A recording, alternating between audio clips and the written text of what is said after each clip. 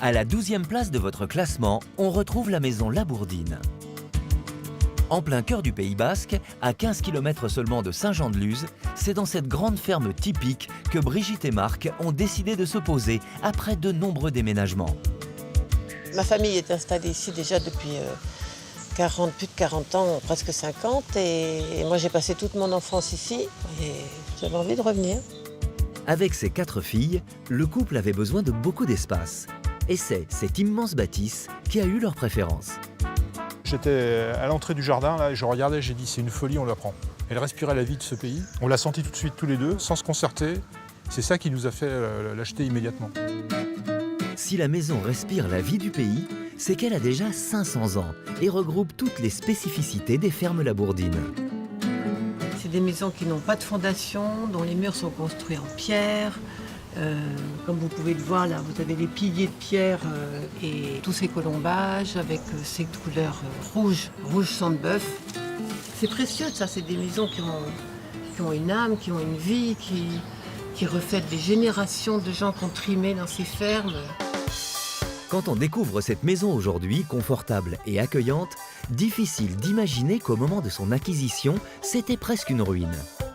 Pour cela, il faut monter au grenier, la seule partie non réaménagée. Là, je reviens 15 ans en arrière. À l'époque, tout était délabré. Il fallait refaire les façades, mais aussi l'intérieur. Ce qu'on voit là, c'est l'aubier, c'est-à-dire la vieillesse du bois. Et vous voyez, ces parties qui se défont toutes seules, faut nettoyer ça. L'autre gros souci, c'était les murs, très fragilisés par le temps.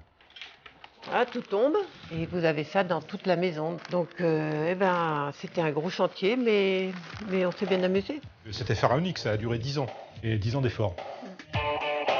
L'objectif de Marc et Brigitte, c'était de remettre à neuf en conservant au maximum l'esprit rural de la maison. Ici, on est dans l'ancienne étable où il y avait donc les vaches, les moutons. Dans cette pièce, les murs ont retrouvé leurs pierres apparentes comme à l'origine. Pour les cloisons, les colombages traditionnels ont été réalisés avec les restes de poutres de charpente abîmées. L'idée, c'est de ne rien jeter. Tout ce qui était à la maison devait rester dans la maison. Et comme la chance était avec eux, ils ont aussi retrouvé des éléments vraiment anciens, comme ce dollaria du XVIe siècle. On a creusé et on a redécouvert cette cuve qu'on appelle ici un dollaria, qui est une cuve à jus de pomme, puisqu'il y avait un pressoir de l'autre côté. Et on s'est dit, il faut la mettre en valeur, donc on a décidé d'y mettre un verre de sécurité. Là, je reviens 15 ans en arrière. À l'époque, tout était délabré. Il fallait refaire les façades, mais aussi l'intérieur. Ce qu'on voit là, c'est l'aubier, c'est-à-dire la vieillesse du bois. Et vous voyez, ces parties qui se défont toutes seules, faut nettoyer ça. L'autre gros souci, c'était les murs, très fragilisés par le temps. Ah, tout tombe et vous avez ça dans toute la maison. Donc, c'était un gros chantier, mais on s'est bien amusé. C'était pharaonique, ça a duré 10 ans, et 10 ans d'efforts.